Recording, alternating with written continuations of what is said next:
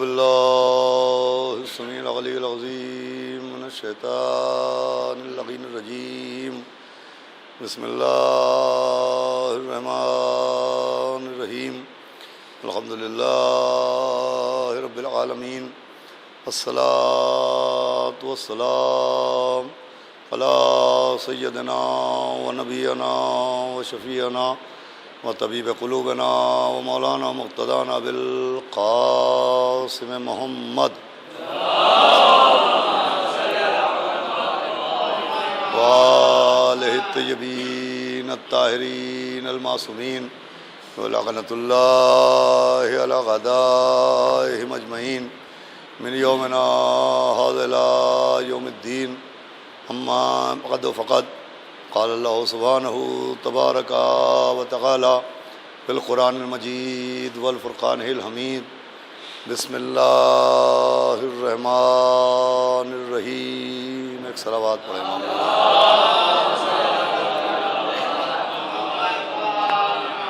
حضرات گرامی، ایک مرحوم کے 40ویں یعنی سال ثواب کی مجلس ہے.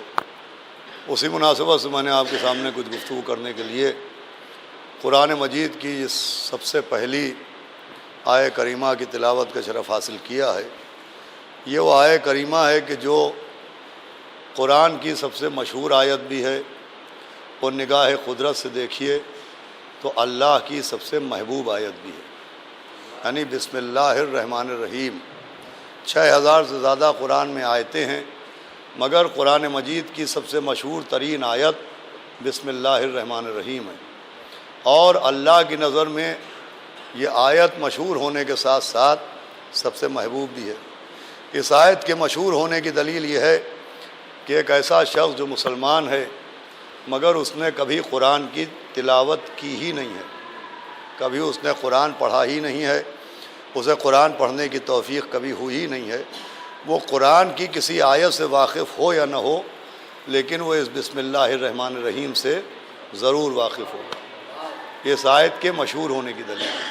اب اس آیت کے محبوب ہونے کی دلیل یہ ہے کہ قرآن میں سب سے زیادہ جس آیت کو جگہ دی گئی وہ یہی آیت ہے.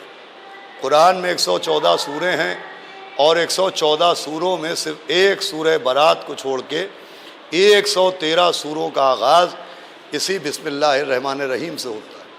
اس کے علاوہ 2 مقامات پر قرآن میں یہ بسم اللہ الرحمن الرحیم کی آیت موجود ہے. یعنی سب سے زیادہ اللہ نے زور دیا قرآن میں تو اسی آیت یعنی بسم اللہ الرحمن الرحیم پر زور دیا کہ جس سورے کی ابتدا ہو رہی ہے وہ بسم اللہ الرحمن الرحیم سے ہو رہی ہے. بلکہ ہر نیک کام کے لیے حکم ہے کہ جب بھی کوئی نیک کام شروع کرنا تو وہ بسم اللہ الرحمن الرحیم سے شروع کرنا. ہمارے آپ کے 11ویں امام حسن عسکری علیہ السلام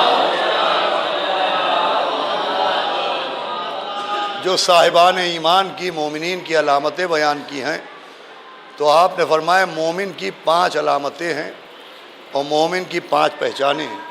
فرمایا مومن کی ایک علامت یہ ہے کہ مومن 51 رکعت نماز کا پابند ہوتا ہے. 50 و 1 51 رکعت نماز. 17 رکعت تو واجب نمازیں ہیں، اس کے علاوہ نماز شب ہیں، نافلہ کی نمازیں ہیں، وہ سب جوڑیے تو 51 رکعت ہوتی ہے. 11ویں امام نے فرمایا کہ مومن کی ایک پہچان ہے کہ وہ 51 رکعت نماز روزانہ پڑھتا ہے. فرمایا مومن کی ایک پہچان یہ ہے کہ وہ داہنے ہاتھ میں عقیق و فیروزے کی انگوٹھی پہنتا ہے. مومن کی ایک پہچان یہ ہے کہ وہ خاک پر سجدہ کرتا ہے. مومن کی چوتھی پہچان یہ ہے کہ وہ زیارت اربعین کا پابند ہوتا ہے. اور فرمایا مومن کی 5ویں پہچان یہ ہے کہ وہ بسم اللہ الرحمن الرحیم ہمیشہ بآواز بلند پڑھتا ہے. ایک صلوات بھیجے محمد. عزیزان گرامی، یہ بسم اللہ الرحمن الرحیم سب سے زیادہ زور دیا گیا تو اسی آیت پر زور دیا گیا. اب وجہ کیا ہے؟ وہ وجہ آپ کے سامنے بیان کرنا ہے. عزیزو، وجہ یہ ہے کہ اگر ظاہر دیکھیے تو اس بسم اللہ الرحمن الرحیم میں جو بے کا نقطہ ہے وہ نقطہ نظر نہیں آتا، مولا علی کا قصیدہ نظر آتا ہے. اور دوسری وجہ یہ ہے کہ بسم اللہ الرحمن الرحیم یہ آیت ایک ہے اور اس ایک آیت میں اللہ نے اپنی ایک صفت بیان کی ہے اور اس صفت کا نام ہے صفت رحمت۔ بسم اللہ الرحمن الرحیم، شروع کرتا ہوں اللہ کے نام سے جو رحمان بھی ہے اور جو رحیم بھی ہے۔ اس آیت میں اللہ نے اپنی صفت رحمت بیان کی ہے، مگر ایک صفت کو دو لفظوں میں بیان کیا ہے، لفظ رحمان کے ذریعے اور لفظ رحیم کے ذریعے۔ صلوات بھیجے محمد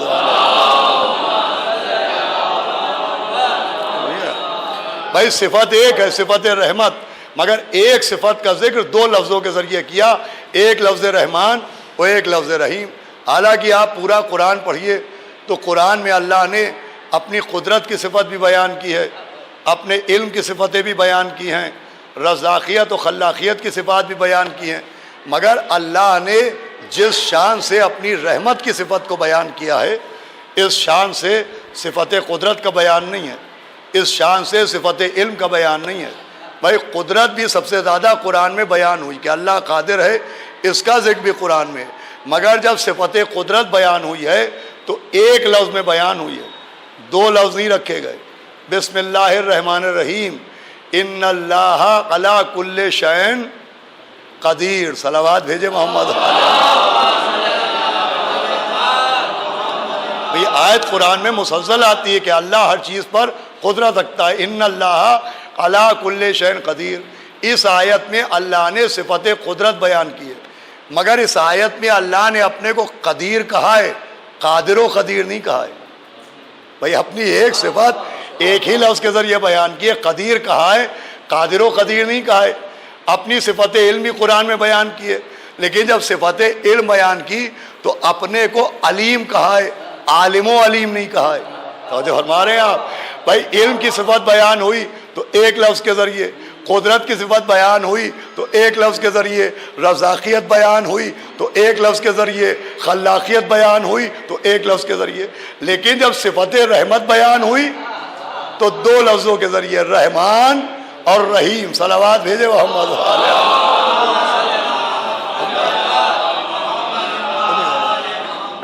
معاف کیجیے گا، شکریہ۔ صلوات پڑھے محمد وآل محمد۔ اور کیجیے گا بھائی، صفت رحمت اللہ نے دو لفظوں میں بیان کی، رحمان اور رحیم۔ یہ اس لیے کہ انسان اللہ کی رحمت کو سمجھے۔ دیکھیے اللہ قہار بھی ہے، اللہ جبار بھی ہے، یعنی عذاب بھی اللہ ہی نازل کرتا ہے، عتاب بھی اللہ نازل کرتا ہے، لیکن قرآن میں آپ کو 114 سورے ہیں، نہ کوئی سورہ قہار ملے گا نہ سورہ جبار ملے گا، ملے گا تو سورہ رحمان ملے گا۔ ہمارے ہاں اللہ نے سب سے زیادہ زور اپنی صفت رحمت پر دیا ہے، تاکہ انسان اپنے گناہوں سے توبہ کرے، استغفار کرے، اور یہ یقین رکھے کہ اگر وہ توبہ کرتا رہے گا تو اللہ عذاب کے دروازوں سے پہلے رحمت کے دروازوں کو کھول دے گا۔ بھائی عذاب بھی اللہ ہی نازل کرتا ہے، عتاب بھی اللہ ہی کی جانب سے آتے ہیں، مگر اللہ کی رحمانیت کا تقاضا یہ ہے کہ وہ عذاب کے دروازے بعد میں کھولتا ہے، رحم و کرم کے دروازے پہلے کھول دیتا ہے۔ صلوات بھیجے محمد۔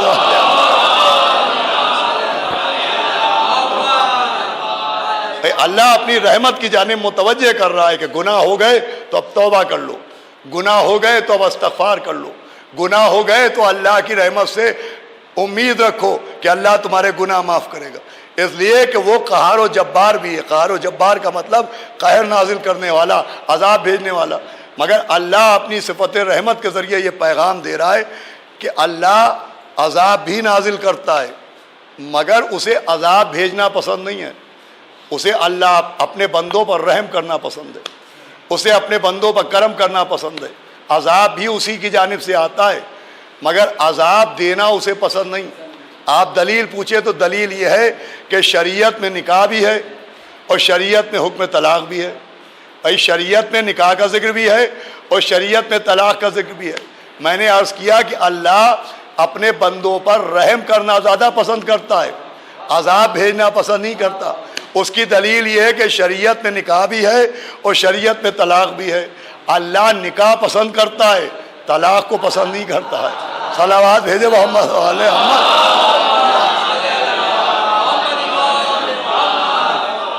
بھائی طلاق کی اجازت ہے کہ جب سارے راستے بند ہو جائے تو طلاق بھی ایک آپشن ہے، مگر طلاق دینا اللہ کو پسند نہیں ہے۔ جیسے عذاب بھیجنا اللہ کو پسند نہیں، وہ بھیج دیتا ہے عذاب، لیکن اسے پسند نہیں ہے، ویسے ہی اللہ کو طلاق دینا پسند نہیں ہے۔ طلاق کی پرمیشن دی، اجازت دی، مگر طلاق دینا پسند نہیں ہے، نکاح پسند ہے۔ آپ دلیل پوچھے تو دلیل یہ ہے کہ آپ حدیثیں پڑھیے، تو نکاح کے لیے آپ کو حدیثیں ملیں گی کہ جو نکاح کرے اسے اتنا ثواب ملتا ہے، جو کسی غریب لڑکی کی نکاح میں مدد کرے اسے اتنا ثواب ملتا ہے، جو کسی غریب لڑکی کے لیے جہیز کا انتظام کرے اسے اتنا ثواب ملتا ہے، جو کسی غریب لڑکے کے نکاح میں مہر کا انتظام کر دے اسے اتنا ثواب ملتا ہے، جو شادی میں کھانے کا انتظام کر دے اسے اتنا ثواب ملتا ہے۔ تو نکاح کے لیے تو حدیثیں ہیں کہ نکاح کرو تو اتنا ثواب، نکاح میں مدد کرو تو اتنا ثواب۔ آپ کو طلاق کے لیے ایک حدیث نہ ملے گی کہ جو طلاق دے اسے اتنا ثواب اور جو طلاق دلوائے اسے اتنا ثواب۔ صلوات بھیجے محمد وعلى محمد۔ ایک صلوات اور پڑھے محمد وعلى۔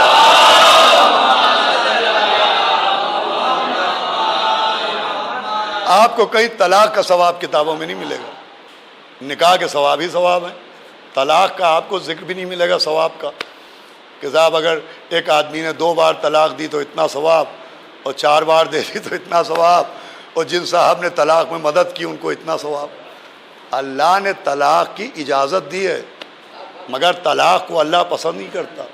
دوسری دلیل یہ ہے کہ قرآن میں اللہ نے اپنے نبی کی بیویوں کا ذکر کیا، اور خاص کر کے 2 بیویوں کا ذکر کیا۔ قرآن میں ذکر ہے، اللہ نے کہا ہے میرے نبی آپ کی ان 2 بیویوں کے دل ٹیڑھے ہو گئے۔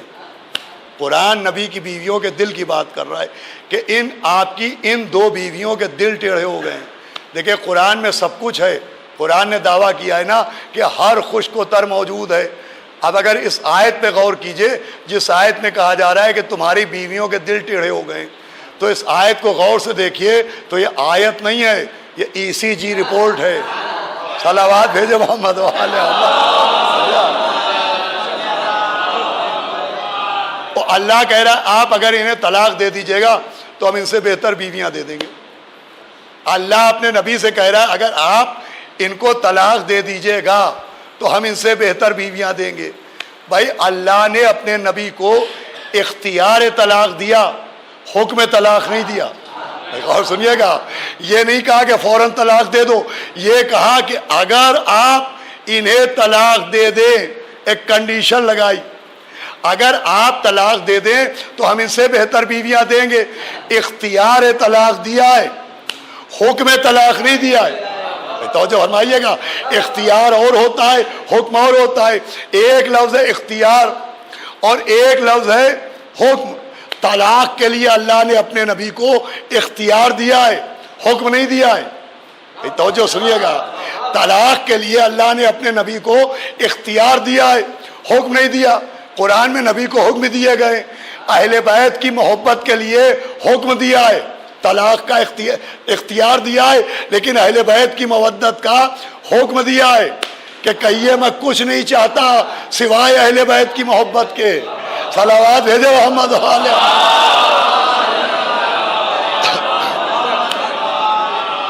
غور سے سنیے گا اب اس بات کو، اہل بیت کی محبت کے لیے اللہ نے حکم دیا ہے، وہاں اختیار نہیں دیا ہے۔ شاید آپ بیدار ہو جائیں، غدیر میں آئیے، مولا علی کی ولایت کے لیے حکم دیا ہے، کیا سمجھایا؟ اختیار نہیں دیا۔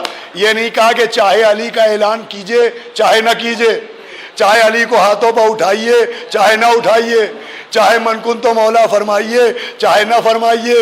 وہاں پر حکم دیا گیا کہ اگر یہ نہ کیا تو کچھ نہ کیا۔ صلوات بھیجے محمد وعلى۔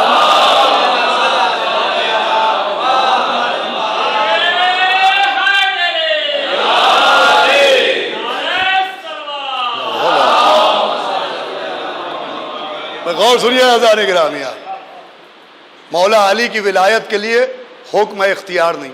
بھئی یہ 2 لفظ یاد رکھیے گا، طلاق کے لیے نبی کو اختیار دیا گیا، حکم نہیں، لیکن مولا علی کی مودت کے لیے حکم دیا، اختیار نہیں۔ مولا علی کی ولایت کا اعلان کرنے کے لیے حکم دیا، اختیار نہیں۔ خیبر میں آ جائیے، مولا علی کو پکارنے کے لیے حکم دیا، اختیار نہیں. ناد علی مظہر جائے. صلوات بھیجے محمد.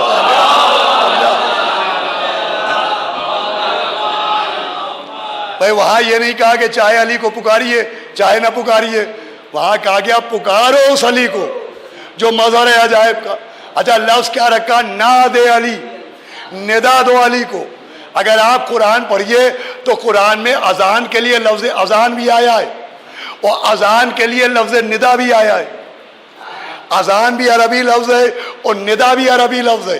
سورہ جمعہ پڑھیے تو سورہ جمعہ کی اذان کے لیے لفظ اذان نہیں آیا ہے, جمعے کی اذان کے لیے لفظ اذان نہیں آیا ہے. سورہ جمعہ میں حکم ہے کہ جب تمہیں جمعے کے لیے ندا دی جائے. کیا سن رہے ہیں آپ؟ بھائی توجہ فرمائیے گا. جب جمعے کے لیے ندا دی جائے وہاں لفظ اذان نہیں آیا, لفظ ندا آیا. بھائی اذان کے لیے لفظ ندا آیا, وہ علی کو پکارنے کے لیے ناد علی آیا. کیا بتایا بھائی؟ وہاں لفظ آیا ناد علی, یہاں لفظ آیا ندا. وہ فرق سمجھایا کہ جس کے ذریعے نمازیوں کو پکارا جائے اسے ندا کہتے ہیں, اور جس کے ذریعے علی کو پکارا جائے اسے ناد علی کہتے ہیں. صلوات بھیجے محمد. سنیے گا دانی گرا, مولا علی کو پکارنے کے لیے حکم دیا, اختیار نہیں دیا. مولا علی کی ولایت کے لیے حکم دیا, اختیار نہیں دیا. اہل بیت کی مودت کے لیے حکم دیا, اختیار نہیں دیا. لیکن نبی کو طلاق دینے کے لیے حکم نہیں دیا ہے, اختیار دیا ہے. بھائی جملہ چاہے جیسے سنیے گا. اختیار و حکم میں فرق کیا ہے؟ تو اختیار و حکم میں فرق یہ ہے کہ جہاں بندوں کی پسند کا معاملہ ہو وہاں اختیار دیا جاتا ہے, اور جہاں خدا کی پسند کا معاملہ ہو, کیا بتایا خدا توجہ فرمائیے گا, وہاں حکم دیا جاتا ہے. اہل بیت کی محبت اللہ کی پسند ہے, حکم دیا گیا.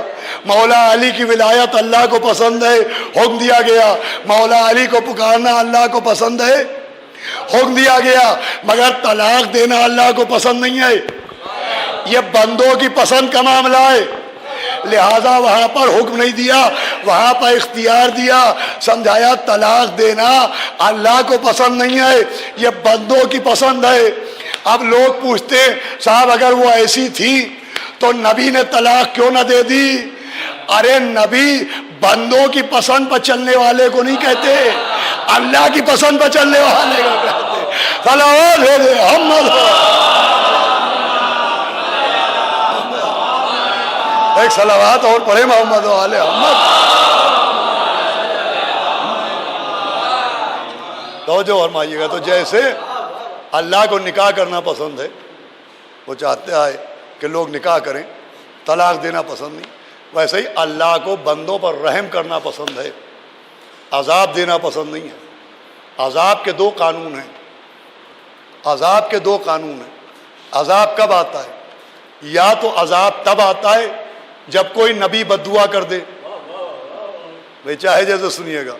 یا تو عذاب تب آتا ہے جب کوئی نبی بد دعا کر دے, اور یا عذاب تب آتا ہے جب کوئی دشمن علی اپنے لیے عذاب طلب کر لے. بھائی صلوات بھیجے محمد والے محمد.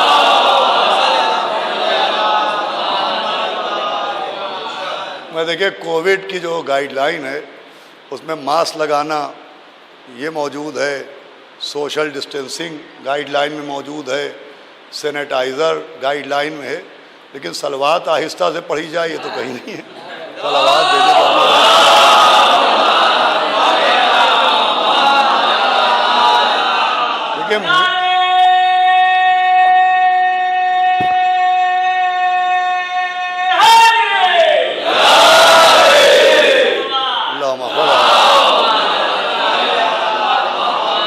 اللہ اہل بیت کے صدقے میں پوری دنیا سے اس کورونا وبا کا خاتمہ کرے, خصوصاً مومنین کے سروں پر سایہ رہے. دیکھیں میڈیکل سائنس میں ابھی تک ویکسین نہیں بن پائی ہے, میڈیکل سائنس کے پاس اس بیماری کی دوا نہیں ہے.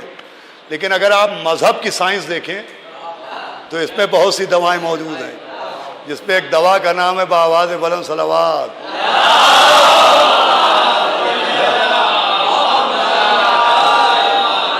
بھائی دعائے کمیل پر بہت زور دیا جاتا ہے، وہ دیا جانا چاہیے، مولا علی کی تعلیم کی ہوئی دعا ہے۔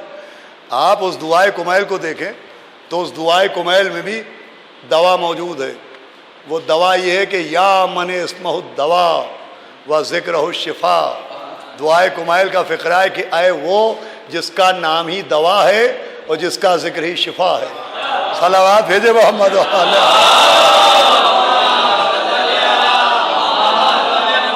تو سنہ جانے کی رامی گفتگو زیادہ احمد نہیں ہے، میں کیا عرض کر رہا ہوں، اللہ کو عذاب دینا پسند نہیں۔ عذاب کب آتا ہے؟ تب آتا ہے جب کوئی نبی بد دعا کر دے اور یا کوئی عذاب کی ڈیمانڈ کر لے، کوئی عذاب کی مانگ کر لے۔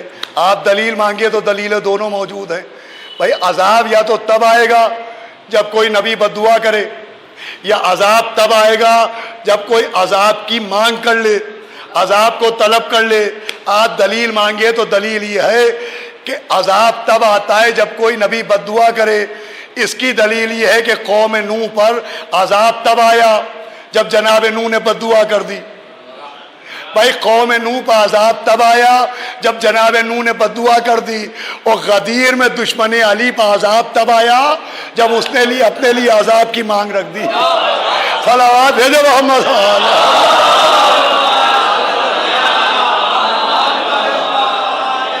تب عذاب آتا، ورنہ یوں اللہ عذاب نہیں بھیجتا ہے۔ اللہ تو رحم و کرم کے دروازوں کو کھلا رکھتا ہے۔ اللہ چاہتا ہے کہ اللہ کی رحمت سے مایوس نہ ہو۔ وہ رحمان و رحیم ہے، یہ بار بار اعلان ہو رہا ہے۔ تو گناہوں سے اپنا دامن بچاؤ، لیکن جو گناہ ہو چکے ہیں ان کے لیے استغفار کرو اور اللہ کی رحمت سے مایوس نہ ہو، اس لیے کہ اللہ عذاب کے دروازے بعد میں کھولتا ہے، رحم و کرم کے دروازے پہلے کھلے رہتے ہیں۔ اب دیکھیے اللہ کے رحم و کرم کی ایک دلیل سنیں، ایصال ثواب کی مجلس ہے، اللہ مرحوم کے درجات کو بلند کرے۔ یہ جو ایصال ثواب کی مجلسیں ہیں یہ کیوں ہوتی ہیں، وہ یہ کیا ہوتی ہیں؟ ایصال ثواب کی مجلسیں یہ ہیں کہ فاتحہ وہ پڑھتے ہیں جو زندہ ہوتے ہیں، ثواب اسے پہنچتا ہے جو مر چکا ہوتا ہے۔ فضائل وہ پڑھتا ہے جو زندہ ہوتا ہے، ثواب اسے پہنچتا ہے جو مر چکا ہوتا ہے۔ گریہ وہ کرتے ہیں جو زندہ ہوتے ہیں، گریہ کا ثواب اسے پہنچتا ہے جو مر چکا ہوتا ہے۔ آنسو وہ بہاتے ہیں جو زندہ ہوتے ہیں، ثواب اسے پہنچتا ہے جو مر چکا ہوتا ہے۔ توجہ فرما رہے ہیں آپ؟ بھائی فاتحے کا کھانا انہیں دیا جاتا ہے، وہ کھاتے ہیں جو زندہ ہوتے ہیں، ثواب اسے پہنچتا ہے جو مر چکا ہوتا ہے۔ عزیزان گرامی، یہ کیا کانسیپٹ ہے؟ ایک طبقہ ایسا ہے جو ایصال ثواب کا منکر ہے، یعنی وہابی۔ آپ اگر وہابیوں سے بات کریں تو کہتے ہیں نہیں، ایصال ثواب کوئی چیز نہیں ہے، مرنے کے بعد نہ فاتحے کا ثواب ملے گا، نہ مجلس کا ثواب ملے گا، نہ ماتم کا ثواب ملے گا، نہ قرآن کا ثواب ملے گا۔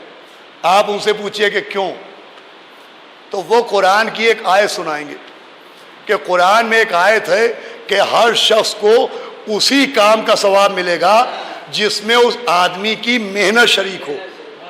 صلوات پڑھے محمد و آل محمد۔ سنیے بھائی، بہت غور سنیے گا آپ۔ ہر شخص کو اس کے اپنے عمل کا ثواب ملے گا جس میں اس کی اپنی محنت شریک ہو، کسی دوسرے کے عمل کا ثواب کسی اور کو نہیں ملے گا۔ بھائی میں نے نماز پڑھی، میری نماز کا ثواب مجھے ملے گا، اس لیے کہ نماز پڑھنے میں میری کوشش شامل ہے، روزہ رکھنے میں میری کوشش شامل ہے۔ قرآن کہہ رہا ہے ہر آدمی کو اسی عمل کا ثواب ملے گا جس میں اس آدمی کی کوشش شامل ہو، کسی اور کے عمل کا ثواب کسی اور کو نہیں ملے گا۔ میں نے نماز پڑھی، مجھے ثواب ملے گا، کیوں؟ اس لیے کہ نماز پڑھنے میں میری کوشش شامل تھی۔ میں نے روزہ رکھا، مجھے ثواب ملے گا، اس لیے کہ روزے میں میری کوشش شامل تھی۔ اب یہ ایصال ثواب میں مرنے والے کو ثواب کیوں ملے گا؟ کیا سن رہے ہیں آپ؟ بھائی اسے ثواب کیوں ملے گا؟ فاتحہ ہم پڑھیں، ثواب اسے کیوں ملے؟ مجلس ہم کریں، ثواب اسے کیوں ملے؟ گریہ ہم کریں، ثواب اسے کیوں ملے؟ کھانا ہم غریبوں کو کھلائیں، ثواب اسے کیوں ملے؟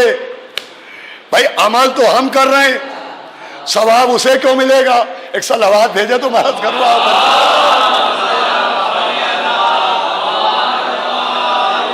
دیکھیں توجہ کیجئے گا، بہت خاص بات میں عرض کر رہا ہوں کہ قرآن کہہ رہا ہے ہر آدمی کو اسی عمل کا ثواب ملے گا جس میں اس کی کوشش شریک ہوگی۔ ایصال ثواب کا وہابی لوگ کہتے ہیں کہ اسے ثواب کیوں ملے گا بھائی؟ اس لیے کہ وہ تو مر گیا، اب اس کے عمل کے دروازے تو بند ہیں، وہ تو کوئی عمل کر نہیں رہا ہے، آپ کے عمل کا ثواب اسے کیوں ملے گا؟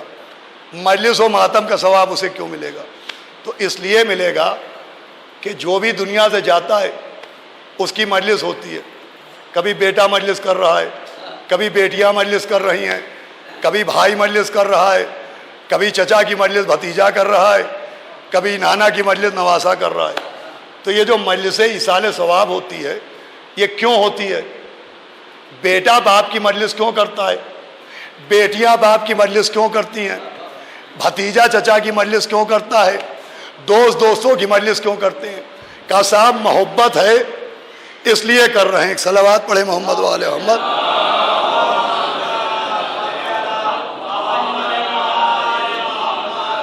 یہ مسجد کا مائک ہے اور 10-15 منٹ کی نماز کا عادی ہے، 40 منٹ کی مجلس ذرا مشکل سے برداشت کرتے ہیں۔ صلوات بھیجے محمد وآل محمد۔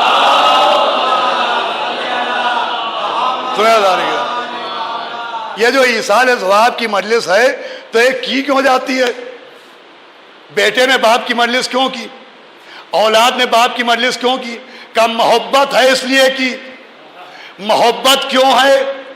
انہوں نے کوئی نیکی کی تھی تبھی تو محبت ہے۔ بھائی بیٹے کے دل میں باپ کی محبت کیوں ہے؟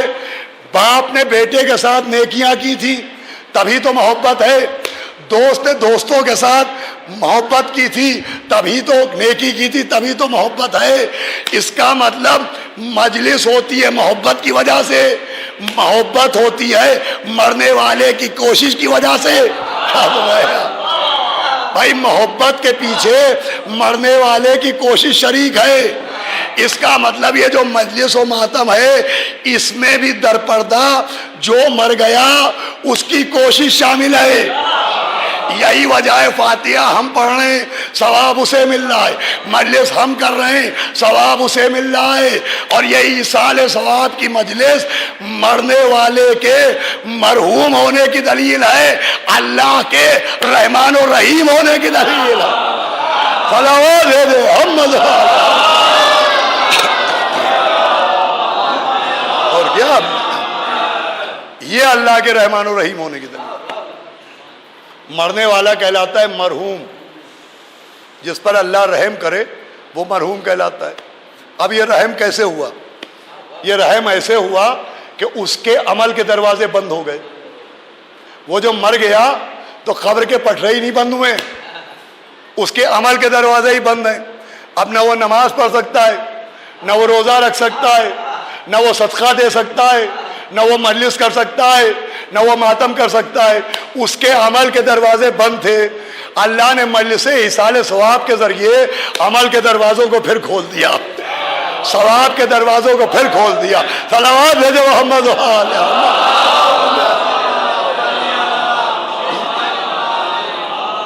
یہ اللہ کے رحمان و رحیم ہونے کی دلیل ہے کہ اس کے عمل کے دروازے بند تھے، مگر ایصال ثواب کے ذریعے رحم و کرم کے دروازے کھول دیے۔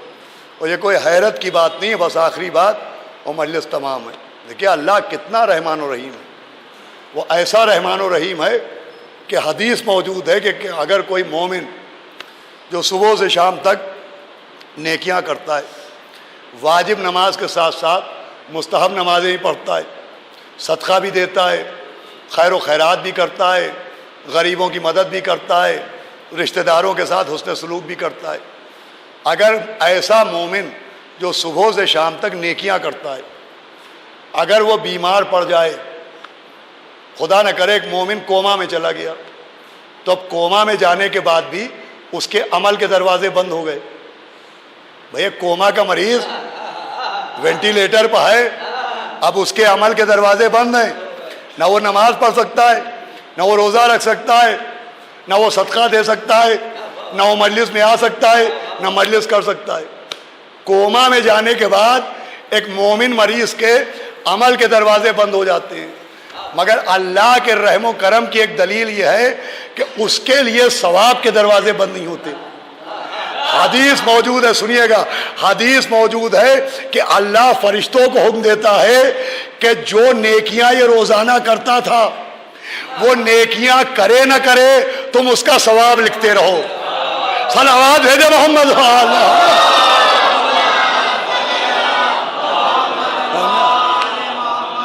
سنیے گا، حدیث موجود ہے کہ اللہ فرشتوں کو حکم دیتا ہے کہ جو روز نماز پڑھتا تھا یہ اب نہیں پڑھ پا رہا ہے، تو یہ نماز نہیں پڑھ رہا ہے، نہیں پڑھ پا رہا ہے، اس کے نماز کا ثواب لکھ لینا۔ یہ صدقہ نہیں دے پا رہا ہے، اس کا ثواب لکھ لینا۔ اعمال نامے میں ثواب لکھے جاتے ہیں۔ کیوں؟ ایک مومن بیمار ہو گیا، عمل کے دروازے بند ہیں، مگر اللہ کے رحمان و رحیم ہونے کی دلیل ہے کہ ثواب کے دروازے بند نہیں ہوئے۔ کیوں بند نہیں ہوئے؟ کہ نیت مومن کی وجہ سے۔ کیا سن رہے ہیں آپ؟ نیت مومن کی وجہ سے، کہ اگر یہ بیمار نہ ہوتا تو نماز پڑھتا، اگر یہ بیمار نہ ہوتا تو روزہ رکھتا، بیمار نہ ہوتا تو صدقہ دیتا۔ تو جیسے بیماری کے بعد مومن کے ثواب لکھے جاتے ہیں، کیونکہ اگر یہ صحت مند ہوتا تو نماز پڑھتا، صحت مند ہوتا تو روزہ رکھتا، ویسے ہی محب اہل بیت کے مرنے کے بعد ثواب جاری رہتا ہے محبت کی بنیاد پر، کہ اگر یہ زندہ ہوتا تو مجلس میں آتا، زندہ ہوتا تو ماتم فرماتا۔ صلوات دے محمد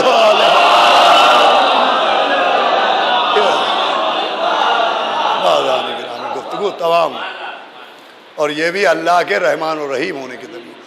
بس اللہ مرحوم کے امداد حسین صاحب کے درجات کو بلند فرمائے، ان کی بیٹیوں کو، ان کی بیوہ کو، ان کے اعزاء و اقربا کو توفیق صبر عطا فرمائے۔ عزیزوں، یہ ایصال ثواب اللہ کے رحمان و رحیم ہونے کی دلیل ہے کہ مرنے کے بعد بھی جو متعلقین ہیں، جو زندہ ہیں، وہ روتے ہیں تو ان کی آنسوؤں کا ثواب صرف ان کے حصے میں نہیں آتا، ہائے حسینہ کا ثواب صرف ان کے حصے میں نہیں آتا، مرنے والے کے اعمال نامے میں وہ درج کیا جاتا ہے۔ اس لیے ایصال ثواب ہوتا ہے۔ اور عزیزوں، اس لیے بھی ہوتا ہے کہ ایک بے کس، ایک مظلوم، ایک غریب الدیار، ایک پیاسا، ایک صبح سے لاشیں اٹھانے والا، جس نے تھوڑی دیر پہلے 18 برس کے بیٹے کو ایڑیاں رگڑتے دیکھا اور سینے سے نیزہ نکالا تھا، جس نے 32 برس کے بھائی کے کٹے ہوئے بازو اٹھائے تھے، جس نے ایک یتیم کے لاشے کے ٹکڑے کئی جگہ سے جمع کیے، جس نے اون و محمد کے جنازے سینے سے لگائے، جس کی گود میں دودھ اگلنے والا بچہ خون اگل رہا تھا، گلے پر نشانہ تھا کہ تیر مارا گیا، وہ بے کس اس عالم میں اپنے بیٹے کے پاس آیا کہ بیٹے نے کہا خدا کی قسم میں اپنے بابا کو پہچان نہیں پایا، میرے بابا کے جسم میں اتنے تیر لگے تھے کہ وہ طائر سفید معلوم دے رہے تھے۔ ایک مرتبہ جب بیٹے کو ہوشیار کیا اور بیٹے نے باپ کو دیکھا تو اس مظلوم نے، اس پیاسے نے کہا سید سجاد قید شام سے چھوٹ کے جانا تو ہمارے شیعوں کو ہمارا سلام کہہ دے، اور کہنا شرط وفا یہ ہے کہ جب آب سرد پئیں تو ہماری پیاس کو یاد کر لیں، اور فرمایا جب کسی کی غربت پر رونا آئے تو ہماری مصیبتوں کو یاد کر کے رو۔ دیکھیے، ہم اپنے غموں میں، اپنے عزیزوں کے انتقال پر، مولا حسین پر اس لیے بھی روتے ہیں کہ خود مولا حسین کی وصیت ہے، اور صرف مولا حسین کی وصیت نہیں ہے، 8ویں امام نے بھی اپنے صحابی سے کہا تھا کہ اگر کسی کی مظلومی یا غربت پر رونا آئے تو میرے جد مظلوم حسین کو یاد کر کے۔ اللہ اکبر۔ بس عزیزوں، اللہ مرحوم کے درجات کو بلند کرے اور مرحوم کی بیٹیوں کو توفیق صبر۔ دیکھیں، بیٹیاں اور باپ کا رشتہ جب رشتہ ہوتا ہے، بیٹی اور باپ کا رشتہ، کہ مولا علی کے پاس ایک شخص آیا، وہ آنے کے بعد اس نے کہا یا علی دعا کیجئے کہ اللہ مجھے ایک بیٹا عطا کرے۔ فرمایا انشاءاللہ بیٹا ملے گا، لیکن صاحب بیٹی کی دعا بھی مانگا کرو۔ مولا علی نے کہا صاحب بیٹی کی دعا بھی مانگا کرو۔ اس نے کہا یا علی بیٹی پر اتنا زور کیوں دیا؟ تو مولا نے فرمایا بیٹیاں باپ کے جنازے کی زینت ہوتی ہیں۔ سنیے گا عزیزو، بیٹیاں باپ کے جنازے کی زینت ہوتی ہیں۔ آپ اس جملے کا مطلب سمجھتے ہیں؟ اس جملے کا مطلب یہ ہے کہ جو شخص مرتا ہے، جو جس کے بیٹیاں ہوتی ہیں جب مرنے کے بعد گھر سے جنازہ نکلنے لگتا ہے اور بیٹیاں جنازے سے لپٹ کے چیخ چیخ کے روتی ہے تو یہ بیٹیوں کا چیخ چیخ کے رونا جنازے کی زینت کہلاتا ہے۔ میں کہوں گا یا علی فریاد، ارے کربلا میں قانون بدل گیا، وہاں بیٹی تو موجود ہے مگر باپ پر رونے نہیں دیا جا رہا ہے، کوئی تماچے مار رہا ہے، کوئی کانوں سے گوشوارے چھین رہا ہے۔ اللہ اکبر۔ بھائی بیٹی کا ایک کام یہ بھی ہے کہ وہ باپ کے جنازے کی زینت بنتی ہے، لیکن ہائے کربلا، ہائے سکینہ، ہائے مولا حسین غریب، نہ ایسا باپ دنیا نے دیکھا نہ ایسی بیٹی دنیا نے دیکھی۔ باپ نے بیٹی کا نام سکینہ رکھا تھا اس لیے کہ اس کے بغیر باپ کو سکون نہیں ملتا تھا، اور بیٹی کے لیے باپ کا سینہ سینہ نہیں تھا، باپ کا سینہ بستر تھا۔ یہی وجہ ہے کہ جب مولا حسین چلنے لگے اور جناب سکینہ نے کہا کہ بابا اب میں کہاں سویا کروں گی، تو فرمایا بی بی سنو، دیکھو اب تک تم ہمارے پاس ہوتی تھی، اب آج سے قانون بدل گیا، اصغر اپنی اماں کے پاس رہتے تھے، تم ہمارے پاس رہتی تھی، آج سے قانون بدل گیا، تم آج سے اماں کے پاس رہو گی، علی اصغر ہمارے ساتھ رہیں گے۔ میر انیس نے مرثیے میں 2 مصرے کہے کہ سکینہ بی بی نے باپ کا دامن تھاما، فرمایا جیتے رہے فرزند کہ سب لختے جگر ہیں، ارے میں آپ کی بیٹی ہوں وہ اماں کے پسر ہے۔ اللہ اکبر، مملک تمام ہے، میں آپ کی بیٹی ہوں وہ اماں کے پسر ہیں۔ اللہ اکبر، عجب رشتہ تھا بی بی سکینہ کا اور مولا حسین کا، ایسا رشتہ عزیزوں، ایسا رشتہ کہ دربار یزید ملعون ہے، اللہ یزید کے عذاب میں اور اضافہ کرے۔ 12 گلے ایک رسل میں بندھے ہوئے ہیں، اور یزید ملعون نے بیویوں کی طرف نظر ڈالنا چاہی اور تعارف پوچھنا چاہا، اور اس کے بعد جناب فضہ آگے بڑھ کے جناب فضہ جناب زینب کے سامنے پردہ بن گئی۔ یزید نے کہا میں علی کی بیٹی سے گفتگو کرنا چاہتا ہوں۔ بی بی فضہ نے کہا تیری مجال کہ تو اس کی بیٹی سے بات کرے جس کا جنازہ اندھیری رات میں اٹھایا گیا تھا۔ عزیزوں، یزید نے حکم دیا کہ بی بی فضہ کو تازیانہ مارا جائے۔ جناب فضہ نے بھرے دربار کو دیکھا تو حبش کے غلام تلواریں لگائے بیٹھے تھے۔ کہا تمہارا خون کیا سفید ہو گیا؟ ارے تمہارے قبیلے کی عورت کو تازیانہ مارا جائے اور تم خاموشی سے دیکھتے رہو۔ غیرتیں جوش میں آئیں، تلواریں نیاموں سے باہر آئیں، آواز دی یزید شمر کو روک لے، اگر ایک تازیانہ فضہ کے لگ گیا تو دربار میں خون کی ندیاں بہہ جائیں گی۔ شمر کا تازیانہ رک گیا، بی بی زینب کی آنکھ کے آنسو نہ رکے۔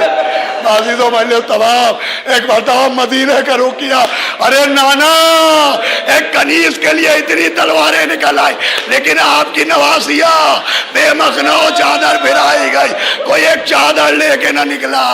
ارے نانا ہمیں دیار بدیار، کوچا بکوچا بے مخنو چادر پھرایا گیا۔ الا لعنت اللہ علی القوم الظالمین سیعلم الذین ظلموا ای منقلب ینقلبون۔ اللہم لن قتلۃ الحسین واصحابہ اولاد۔ حضرات پھر سے ایک مرتبہ سورہ الحمد 3 بار سورہ اخلاص کی تلاوت کر کے سید امداد حسین مرحوم ابن سید اشفاق حسین مرحوم کی روح کو ایصال ثواب کر دیں۔